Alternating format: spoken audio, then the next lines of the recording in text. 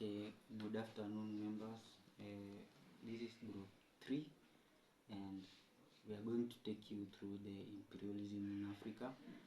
First of all, the group is going to handle on the patterns of imperialism used there and strategies, and lastly, it will handle on the consequences. And before that, let's see the group members. The first one, we have Brian Kuviri, I'm the one. We have Mr. Evans Kipchirchir, Madam Immaculate Geruto, Madam Berry Lochieng, and Mr. Lazarus Nyabuto. Now, before that, we want to see what is imperialism, so that we can well understand the concept of imperialism. We must know what is imperialism. And imperialism is a policy or a practice in which a powerful country extends its control, influence, or domination over other countries or territories through political, economic, or military means. It often involves establishing colonies, controlling trade and resources, imposing political authority, influence, culture, and governance. For example, during the 19th and early 20th centuries, countries like Britain, France, and Germany expanded their territories or empires into Africa and Asia. Okay, imperialism in Asia did not take a single form, as we know.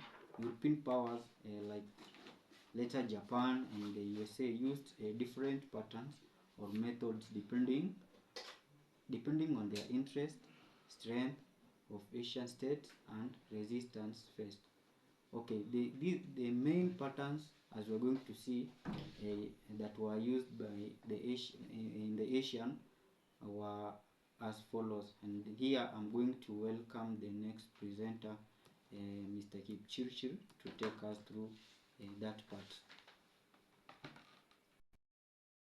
Hi everyone, I'm Evans, and we are going to discuss about patterns of imperialism in Asia.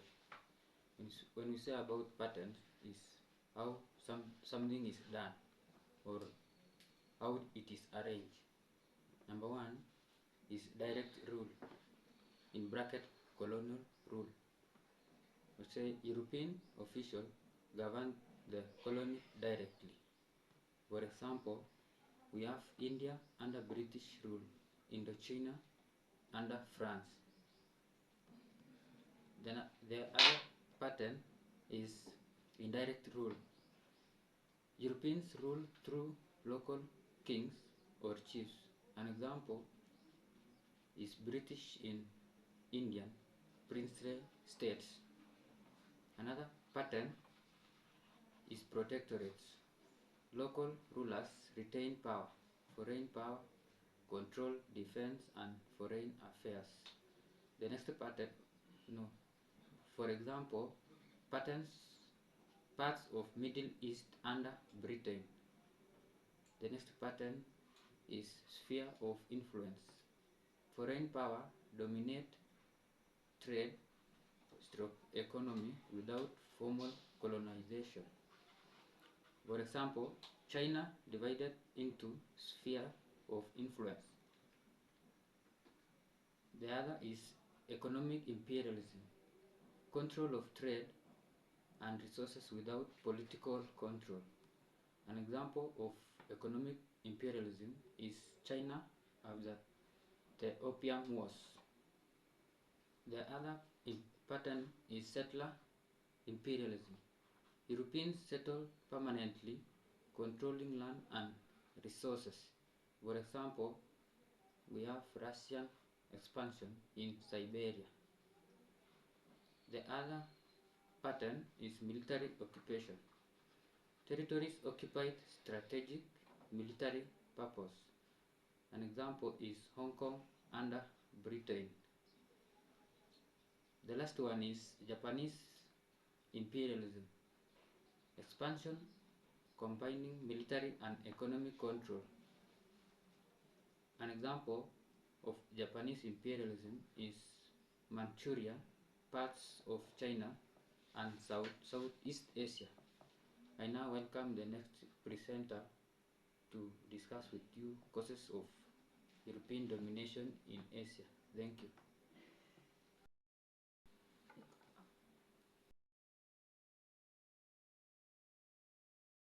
I am Immaculate, and I'm taking you through causes of European domination in Asia. We have 4 of them. The first one is economic.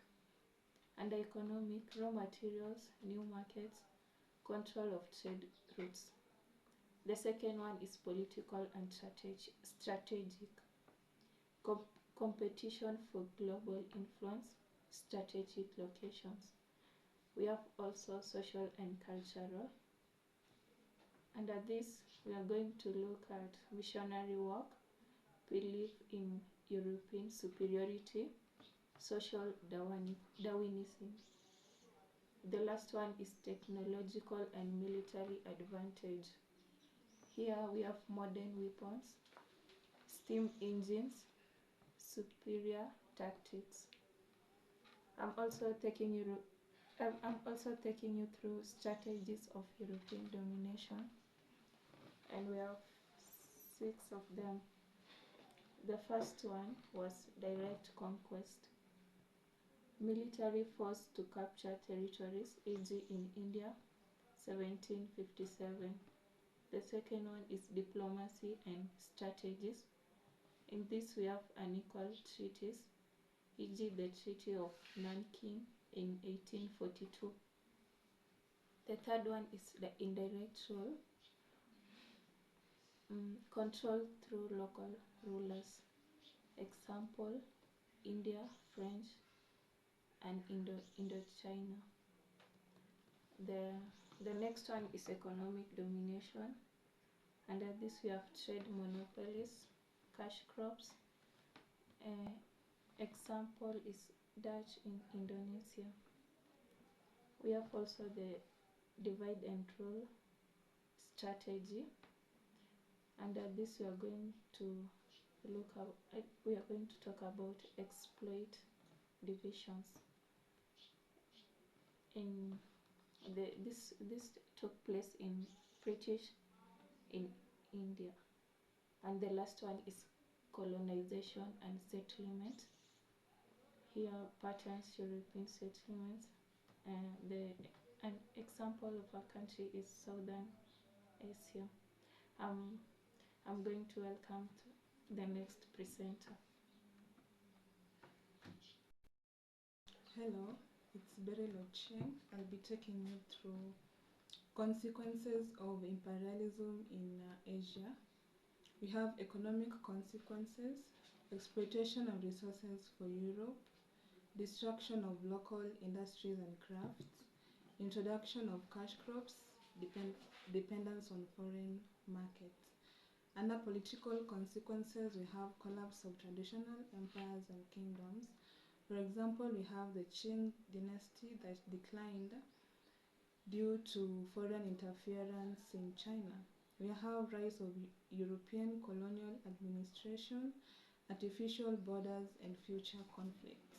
And the last part, we have social and cultural consequences. We have spread of Western education, language, and religion. For example, there was spread of French in Vietnam, erosion of traditional cultures and values, social stratification based on race and class. I'll welcome the next presenter.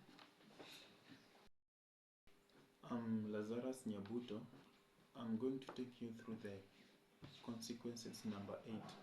We have the technology and infrastructure, roads, railways, ports, and telegraphs. We have the improved medical services and sanitation, mainly in European countries. Another consequences, the resistance and nationalism, sparked nationalism movement and uprising. Sparked nationalism movement and uprising. Example in Sapon Mutiny in 1857, anti-French resistance in Vietnam laid foundation for independent movements.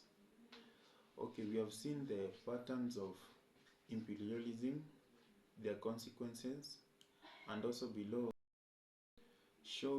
we have a map showing how European domination in Asia during the late 19th and 20th early century. Thank you for your listening.